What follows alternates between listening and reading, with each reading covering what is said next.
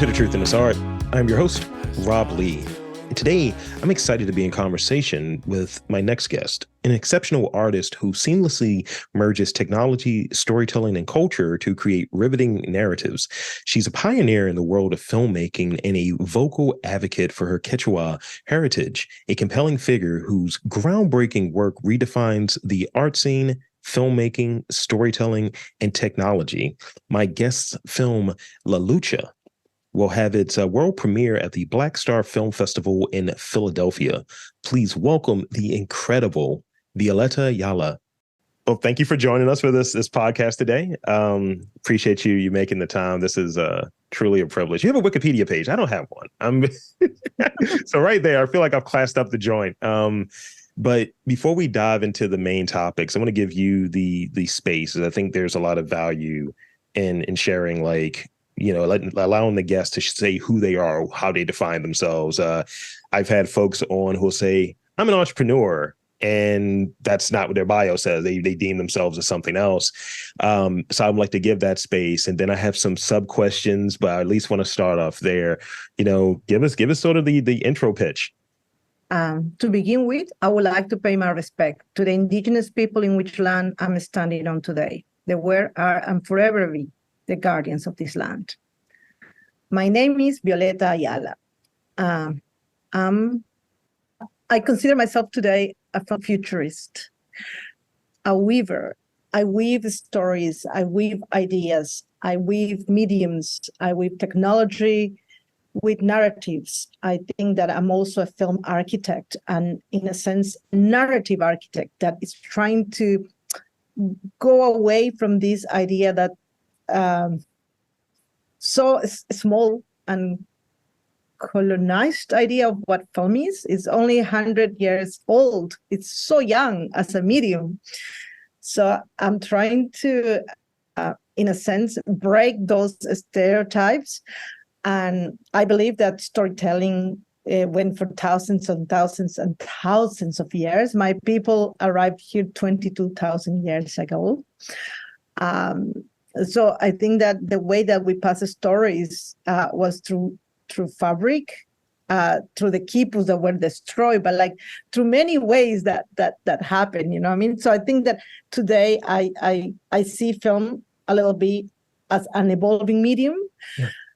And I think I'm a film architect, a film futurist, like a weaver in a sense. I love that. That's better than what I could have done. So thank you. I'm going to steal that. It's like I'm talking to a weaver here.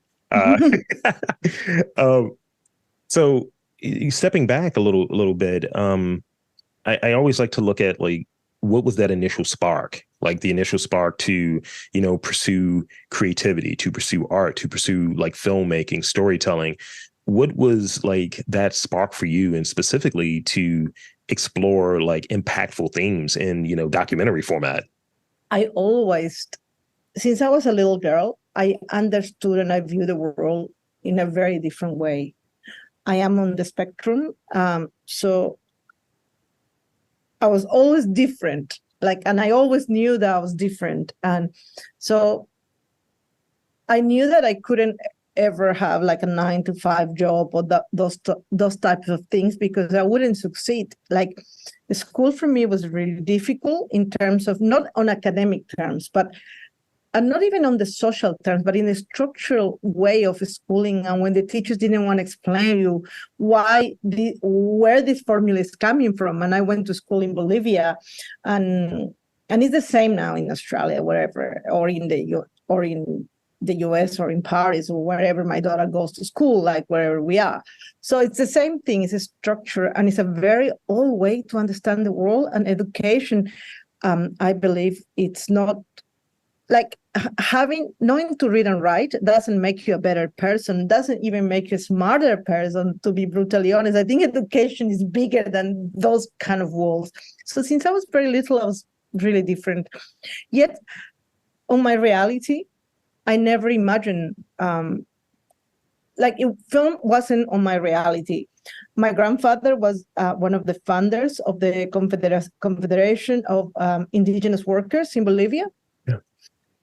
And he spent in prison many, many years fighting for our rights, even like 10 years in prison for the rights of indigenous people, even to vote or to be able to go to school. So my reality was completely different. I didn't even have ideas like that. My grandfather made all of his kids to become doctors because that's what indigenous people in the countryside in Bolivia needed.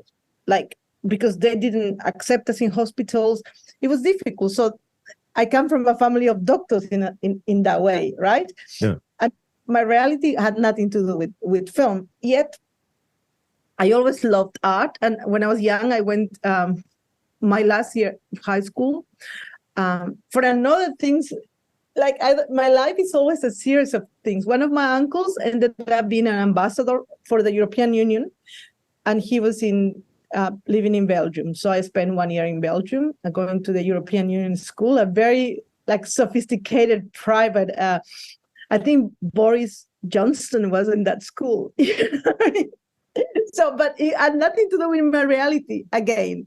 So then I went and I visited like this university called Lovaina, and I saw like, I remember I became an anarchist at the time, and I wanted to do theater and art, but then it wasn't my reality. So I went back to Bolivia, and in Bolivia, I started doing communications. I really didn't like it. And then my mother died, and my life completely changed. And I was quite young. I finished high school when I was 15 and a half. So and then my father lived in Australia. So I wanted to go and meet my dad and have some connection to that kind of thing. So I came here to the States first. I lived in Chicago for a year, then ended up in Australia. And then I wanted to study theater and media. And I realized that it wasn't what I wanted either. Yeah. And then I was already at school because I was lucky that I had papers. I was lucky that I wasn't like, because of my father and my grandmother, I had an Australian citizenship, so I could go to uni. And then I ended up changing to journalism because I wanted to speak English properly and I wanted to be able to write. So because this is what was interesting to me at the time. Yeah. One day I came late to a class called editing, something to do with editing and they didn't let me in, but it was like a class. And I saw the teacher like teaching them how to edit in Final Cut Pro. That moment I understood how you make a film. Mm. I was fascinated. And from that moment on, at university, I went and I borrowed cameras. I filmed during the day. I went every night at university and I started cutting and editing. I understood already how to make a film. And I never looked back. So it was like from that moment that even my computer had my name in the end at the university because I always was in that computer. And I had to do a teamwork, but my classmates didn't want to they didn't have the same passion or the same look. Everything I do with 150% of me because of my neurodiversity. All right. So I concentrate and that nothing else matters for me in the world. Absolutely nothing else matters for me in the world on that moment in time. Yeah. Right. So like I self-trained myself and I told my teacher that my classmates don't take this seriously. So I want to do everything on my own. He said like, but I'm going to you're going to do the job of 6. And I said, yeah, it's okay. And I actually did, and I ended up making a short. And this short, another teacher sent it to a contest, a competition, and I ended up winning. It was called Film, Politics, and Learning. It was a 5-minute thing.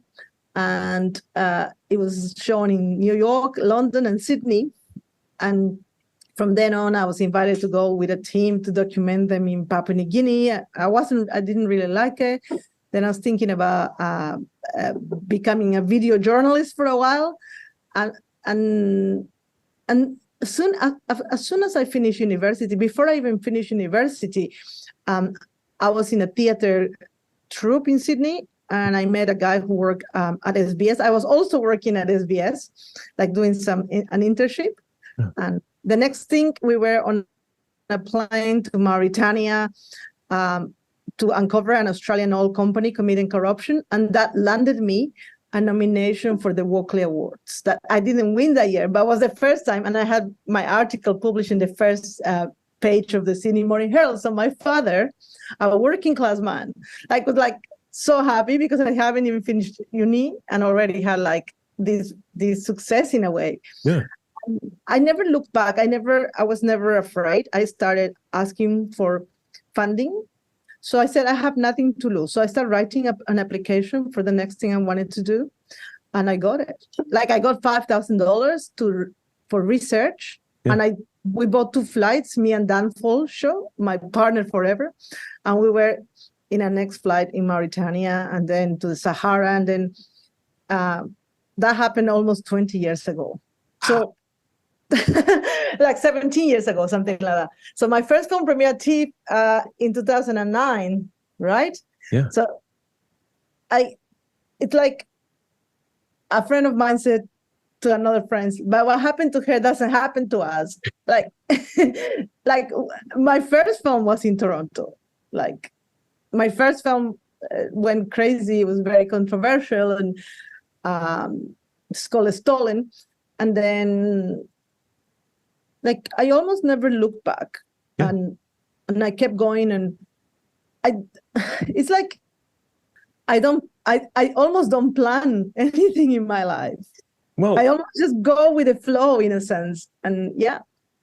See, I think you and I are in the same astrological sign. I feel like you're an Aquarius, I think. Yeah. As well. I'm at the very beginning. But so I definitely relate to many of the things that you touched on, and you're making my job easier because it's like you've answered 3 of my questions already. So shout out to you. But it is one of those things where when you're seeing sort of the effort and the interest that you have in your work and how you're approaching it, and you're like, I don't see anyone else going to put this in it, but this sort of level of interest, time, dedication, focus to this, or even have the level of interest in it. And, me doing this is a one-man show. I bring on the guests, I book the guests, I work with the editor, all of that different stuff. And, people ask me how do you get so much done? Because this is what I'm affixed on. This is what I'm hooked on. And it is sort of this answering this question. And, people talk about different cities. I'm in Baltimore. They talk about different communities. They talk about different groups of people whose art matters, whose stories matter. And I'm like, I need to be the person to take whatever background I have in doing this, being self-taught, and helping folks share their stories. That's really what the point of it is. At the end of the day, that's what I'm hoping to do. And, last year I was doing one of these per day. I was putting out one of these per day, and people will say, how did you put out 300 plus episodes? I was like, I don't know, hard work, interest, and wanting to disprove people who say Black and brown people, their stories don't matter, or creatives that do this, it doesn't matter. I dispute that. And I'm showing this work to dispute that. Yeah. I think it's interesting because, everything is changing so fast. The world in 10 years won't be the world that is today. Absolutely different, completely different. We live in this mad technological revolution. And I think social media has changed a lot of things also of how we understand and see the world today. And so for me, in the beginning, I didn't even I always say that I never know what I want, but I know what I don't want. I'm very clear about it. Even when making a film, yeah, I never know what I want, but I absolutely know what I don't want. I can say, no, that doesn't work. Straight away. It's like an instinct. I don't know what I want, but I know that that's not what I like.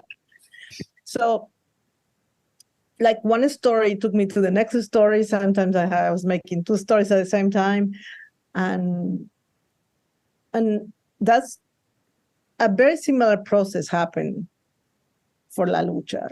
It wasn't something that it was planned.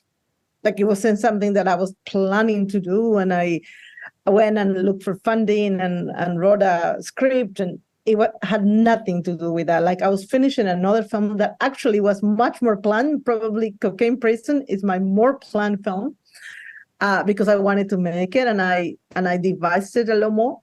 And people with disabilities were actually protesting 2 blocks away from my house in the plaza. But I didn't take much attention until they start hanging the wheelchairs, suspending them onto the bridges.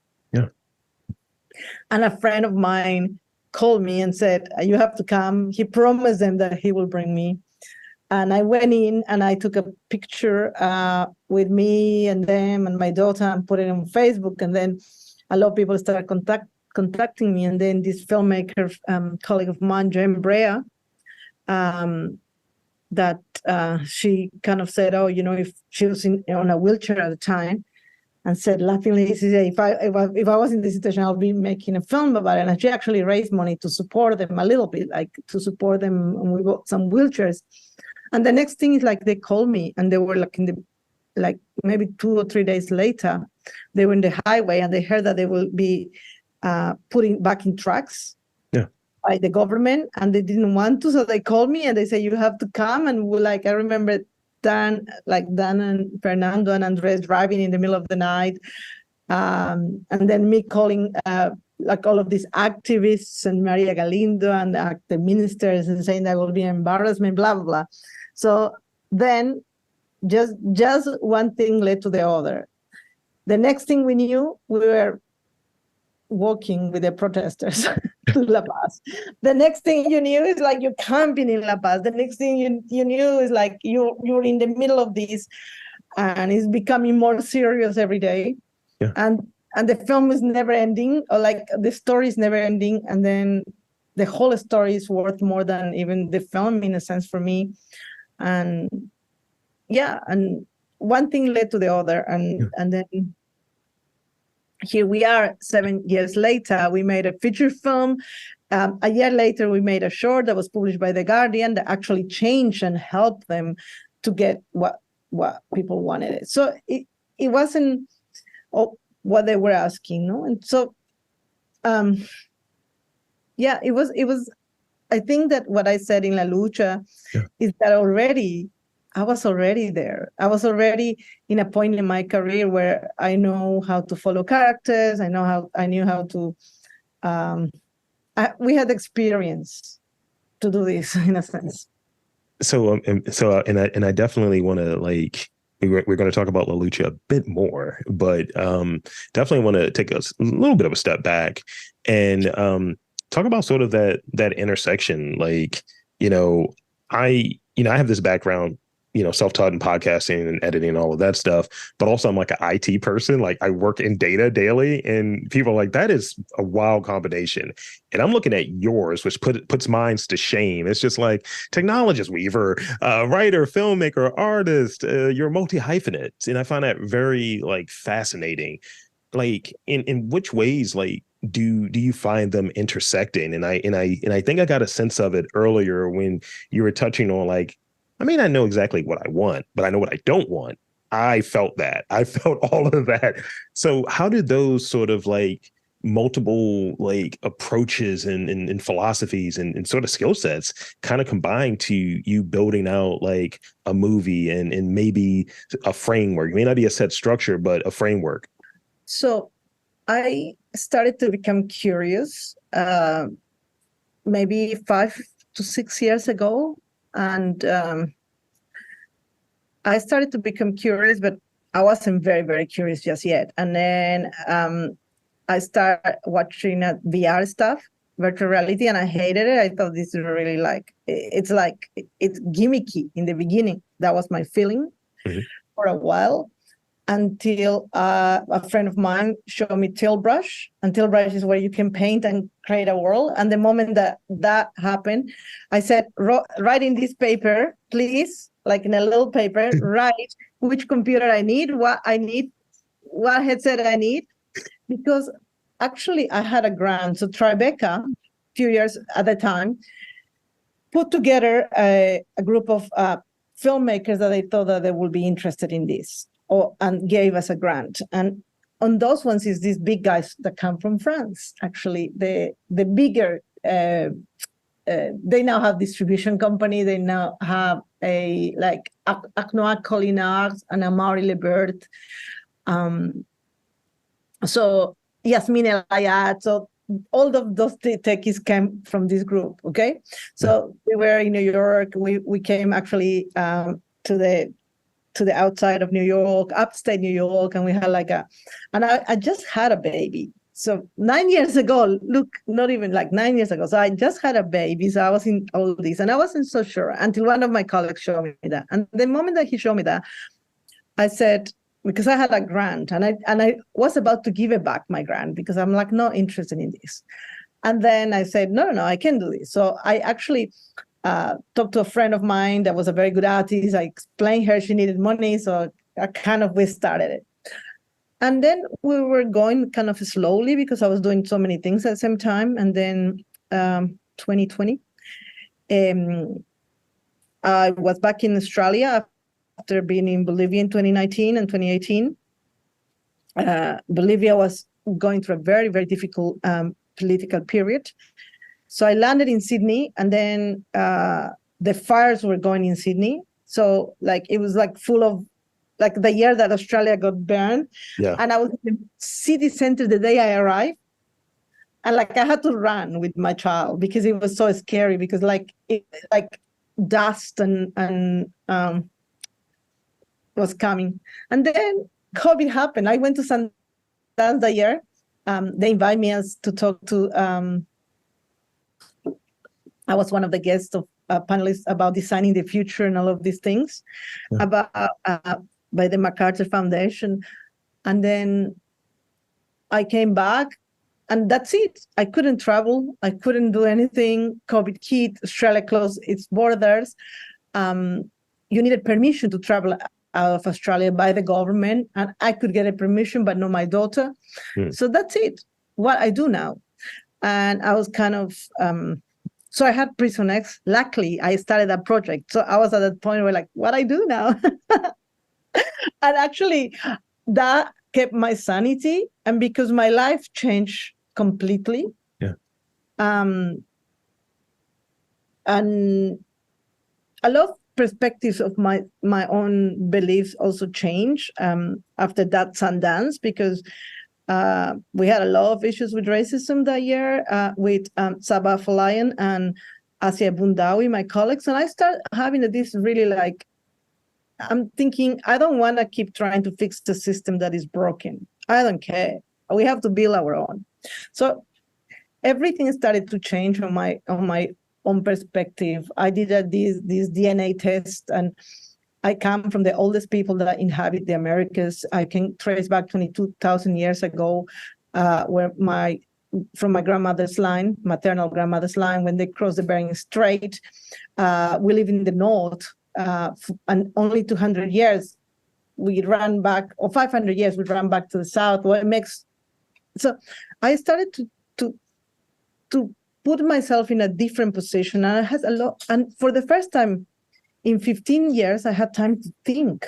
I had time to sit down and think and saying, what are you doing? What are you trying to prove? What's happening? And also I was bored. So I started learning semantic coding. I started learning artificial intelligence. I started, I didn't want to make Prison X as of course, I was working with a lot of people, but I didn't want to make something that I don't understand how you make it. And then I realized how early I was in this picture. I realized that people didn't even know, like everything is making it. Everything was happening then.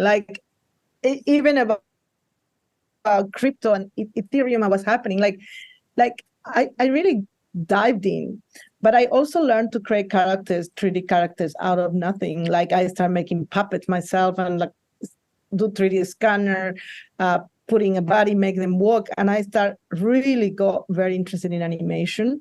And I self-trained, I started learning.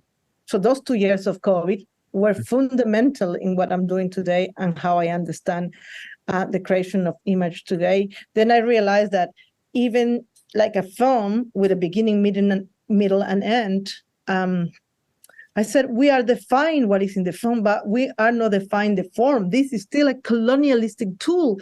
Like, why should be like that? And I start like designing my own editing suite. I designing my own editing system with I created my own way. So I started to question and challenge a lot more, and I was going 1,000 miles an hour. So it gave me a big understanding of the creation of image that is today. It gave me a big, how can I say? I realized that film is not going to be what is today. It's an evolving medium. Right. And I realized that communication is not what it used to be. And also I realized my own role in here, like before social media, like making a film was giving a voice to people who didn't have a voice, or telling a story, or like finding my own voice in a sense. Yet, once social media exploded, everybody could tell their own stories. And even in Bolivia, like we have Albertina Sacaca, a girl from a TikToker, and like who is amazing and who tells the stories in Quechua from her own communities, and has more than a million. I think she has 10 million followers. And then I realized that when people watch 60 minutes of TikTok or 90 minutes of Instagram stories, what you're doing is like you're starting to watch things from different people, a lot of little pieces from different people. So your brain does this neurocognition, like this linking, hyperlinking. So when they show you a movie made by one author, you find it boring because your brain is not working as much as it was working when you choose what to watch and from different people. So then I start realizing all of these things, and I'm thinking this is changing really fast. I really we are living different times, and I wanted to be in the middle of that, and I really wanted to understand. And today I am actually training my own AI models, what means that I am creating my own AI models to train film. So what I create is not this standardized version of things that everybody is fighting against. Maybe I'm fighting against, but in a different way, by training my own AI models with pictures, with film. Mm-hmm. I'm also training my own writing models. I want to create a feminist AI with a lot of women, a lot of feminist women from around the world. So I realized that it wasn't enough to fight what comes in a film. It's like, okay, these people are giving us or allowing us to tell our own stories when this is almost gone. Mm-hmm. I don't want, they're really smart. I'm not that stupid. I don't want that. I'm going to really create our own models, create our own ways, and defy the architecture of film. I like that so much. That's a really good point you were making there at the end. And like I'm sitting here like as a fan now, because outside of even being an interviewer, as a fan now, and that like, yeah, once sort of, hey, there's access and you can come in and share your story. It's like, yeah, because you don't want it anymore. And I think that sort of period, that 2020 to 2021. I know I was sitting here trying to learn different things to make myself more efficient and better at what I was doing. But I had, as you were touching on, sort of time to think, and, seeing that, having all of this influx of more and more folks wanting to share their story and more folks getting into this space. I'm like, this has become crowded. What am I doing that's going to be different from it? How am I separating myself? And how am I keeping what makes this interesting and precious, and what keeps me like curious about it? How do I keep that going without falling into those different traps that are set up by the invisible hand? And a lot of time it's a colonial hand. Oh yeah, this is what you need to do. Scale it 10x. And it's like, this isn't my story. This is not what I want to do, nor the reason why I want to do it. There has to be meaning and inspiration behind that. Now that is a $2 segue into my next question. for those who are you touched on it a bit earlier. And I know that premiere is forthcoming, But could you tell us what is La Lucha? Can you give us like an overview to the degree in which you can? Because you know you want to give away all the details, all the magic, but give us sort of the rundown. And you know you touched a bit on the inspiration, but you know like here's the La Lucha chunk. Mm-hmm. La Lucha, it's a 90 minutes documentary. It's a historical document about the longest protest by people with disabilities in the world, or the longest protest that was documented. And it follows a fight of people with disabilities asking the government of Evo Morales at the time, for a pension, a disability pension, a human right. And it starts in Cochabamba, my city, and they actually walk through the Andes, roll the wheelchairs all the way to La Paz, 360 kilometers. I don't know in miles, but it's 360 kilometers in miles. It's like 800 miles. Yeah. And it took them 35 days. They camp in every night. They have to like set camps, and then they keep going. I was thinking that when they get to La Paz, the film will finish, but actually the film just starts. And I never imagined what was to happen. It became like a real David versus Goliath type of story. And it documents the whole march, but it centers in 4 leaders, very charismatic leaders like Marcelo Vasquez, Marcelo and Felisa are a couple, and then Miguel Mamani is a very young guy who's from Potosí, and then Rosemary Guarita that's from Cochabamba, and she's a street vendor, so she sells things on the streets in Cocha, and they're all in wheelchairs. And it's a long fight. It's a fight where you think you will cry and you will laugh. We shot 500 hours because we were there all the time with 2 cameras. And we also made a short film. I also went to Geneva with Rosemary Guarita, and we actually took presenting like a shadow report, and the United Nations. We put a lot of political pressure. I don't want to tell the story, but we put a lot of political pressure.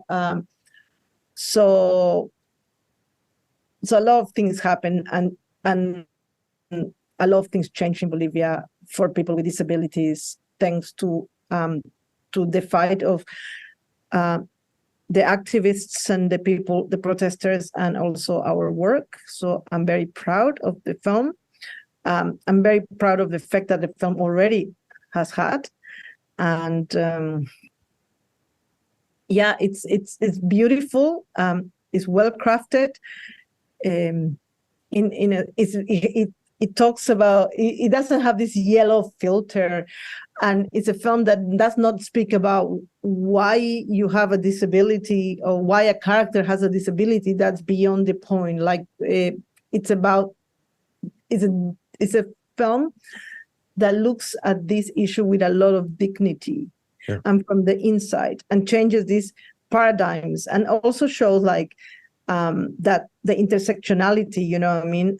Because like there are problems with the boys wanting to have more attention, that all of these things still exist, and also how a government becomes deaf, in a sense, didn't want to listen to the people with disabilities asking for a human right. But it shows you why, and shows you more than tells you, I think. The music is beautiful. It was crafted by a Quechua composer called Hankel Bellido. It's the first time that he's done this. So I'm incredibly proud. He's from Peru. It took a long time to come together because, as I said, when COVID hit, we were editing in Sydney, and I said, I can't edit this from here. That's not the way I'm supposed to do. So as soon as the borders opened, we went back to Bolivia. We ended up, I suppose not to say this for ITVS, right? But I ended up like Rosemary Guarita, one of the main characters of the film, said to me, that scene is too long. Why don't you put this? And the characters become like, it's a film made with the community for the community, about the community. So the process was a lot longer, and the process was harder because we had to reach consensus rather than me making all of the decisions, all of the creative decisions or narrative decisions. What, in a sense, I think adds a complexity to the film and adds a narrative layer. And also it's defining, again, a new narrative language of telling a story with a lot of points of views and trying to keep us one as a whole. Yeah, it sounds one, I'm looking forward to it. It sounds collaborative, and with the people that are like the sort of like points in the story that are being, their story is being covered, and you're helping bring light and facilitating and bringing attention to the story. So having them involved in sort of that process of like, all right, I guess we're gonna sit down and edit this together, guys.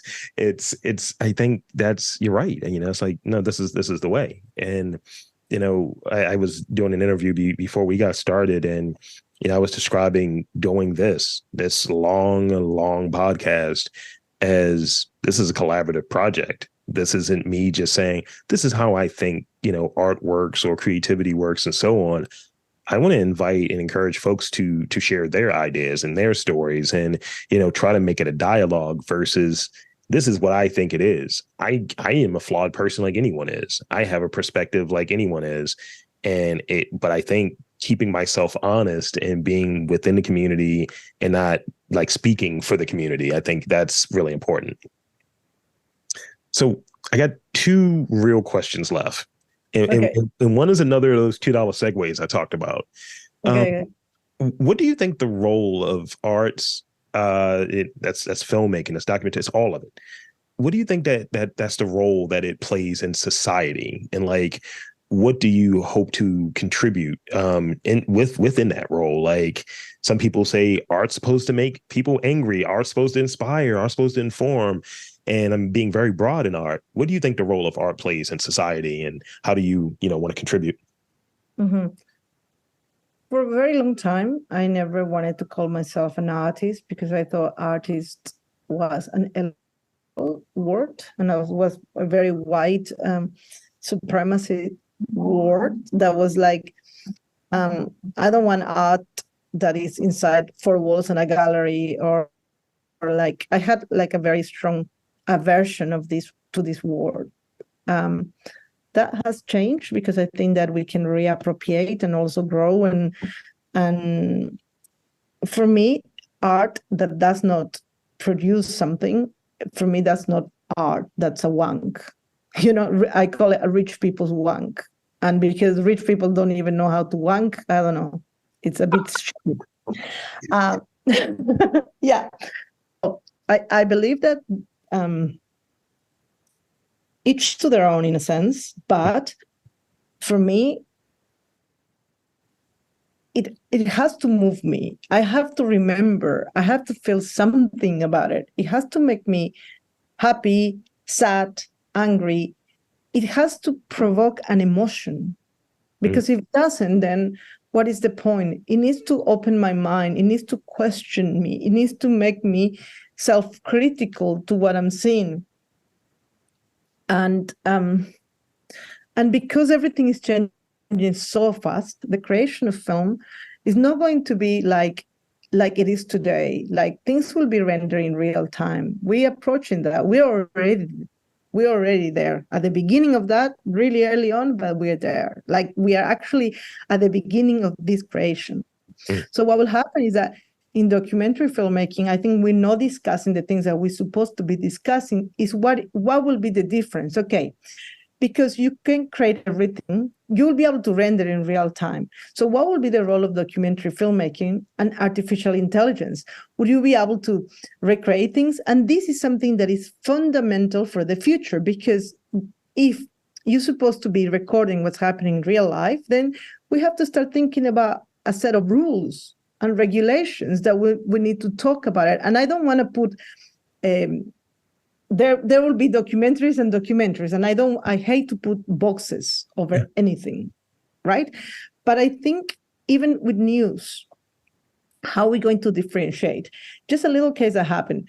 The UNICEF in Norway used some AI-generated photos to bring attention to a conflict that was happening in Colombia about police violence. And actually, I tweeted, and a lot of people also tweeted and saying that's not correct, because you are using AI of something that is really happening, that you got the real pictures, that you can pay the photographers, you can pay the people, and it's not about the money, but it's actually you are defeating the purpose, and you are actually, and they deleted it, okay? But I just wanted to put as an example that like we're talking about. I don't remember if it was Save the Children or the UNICEF, but was one of these big organizations doing it, right? So I think that will be the role of documentary. I think that will be really about having this community, having this truth to it, in a sense, like what we will be recording in real time, and we'll be editing in real time, and we'll be delivering in real time, but we'll have that difference to fiction, I guess. Oh, yeah. That's my maybe my educated guess, right? It's gonna go wild, so I don't even know what's gonna happen. So I think we will see this like the capacity of having ideas, the capacity of doing this in real time. All this will supersede technology, because technology is becoming a tool, and is becoming a tool that is making things easier. So the power of the ideas is going to go over the power of how difficult it is to make that idea a reality, right?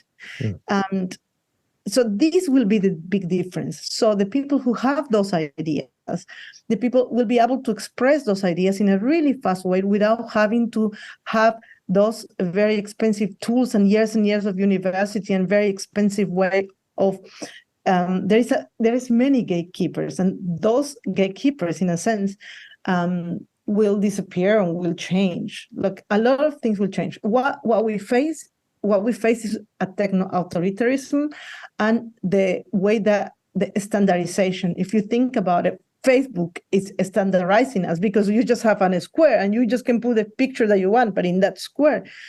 And when AI, if you use ChatGPT, for everybody, like, you have to train your own model to be able to have beautiful writing. If not, everybody start reading the same. I remember I gave an interview, and I just did it in ChatGPT myself, like a conversation of something that I just won. And I realized that the other three girls did the same. And the three little pieces that we say kind of sound similar. You know, we are too in tune, or the three of us have used ChatGPT and done it in 5 minutes. And I'm not criticizing that, because I'm saying that for anything that I need to write that is of value, I'll do my own. But for all the bullshit writing, I'm going to use AI, because what's the point of wasting my time writing things that don't matter anyway, don't matter for you and don't matter for me. When you ask me to do KPIs and things like this, I don't care, and you don't care. So you're following a formula.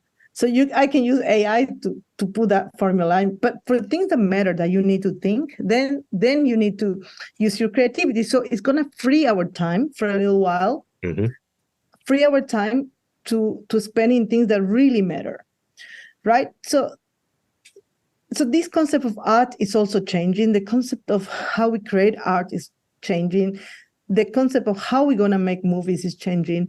Yes, there is a big strike, and I support the strike. However, when we think about photography comes a lot from extractivism. A lot of photographers aren't even paintings, even Van Gogh. They went to Haiti and actually inspire and produce work, and we never got benefits out of it. Photography in Bolivia, perhaps. A lot of indigenous women and men were photographed through years and years and years, and these photographers made a lot of money out of, and never even asked permission sometimes. And when my grandfather died, he was photographed by Getty Images, and when I wanted the photograph, they wanted to charge me $500 for his funeral. Like I wanted that photograph because it was nice. Right. But I felt like, okay, right. Like, why is my right as a photographer to benefit when I take a photo of you, but not your right of you, the talent, to also benefit of this transaction? Right.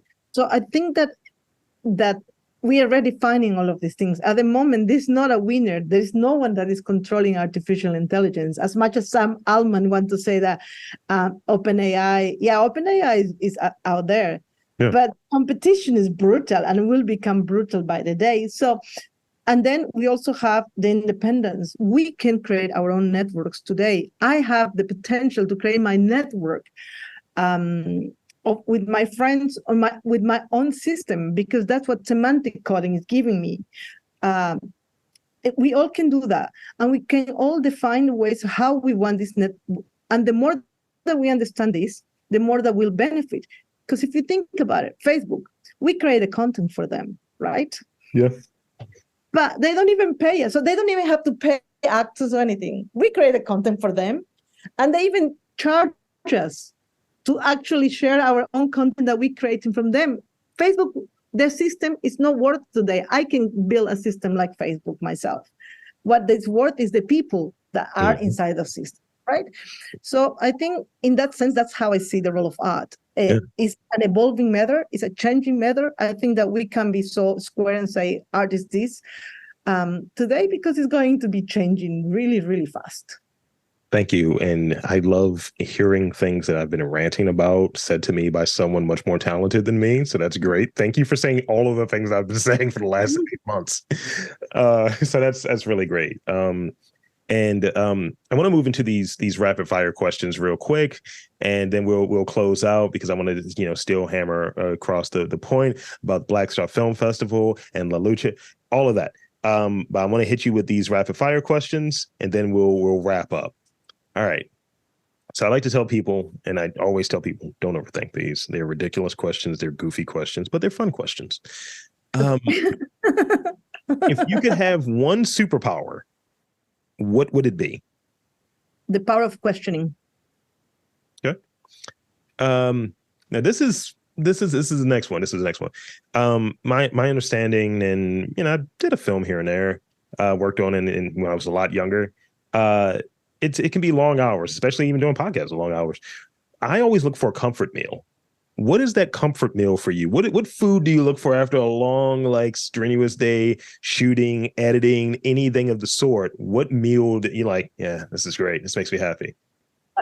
It's called anticuchos. I love it. It's like cow heart. It's a Bolivian meal. You eat with a hot sauce of peanut and yuca or papa, or potato. Yeah. I adore it, and I miss it a lot. And when I don't have that, I eat sushi. See, look, I haven't had dinner yet, so you're giving me suggestions. What if it was only one word?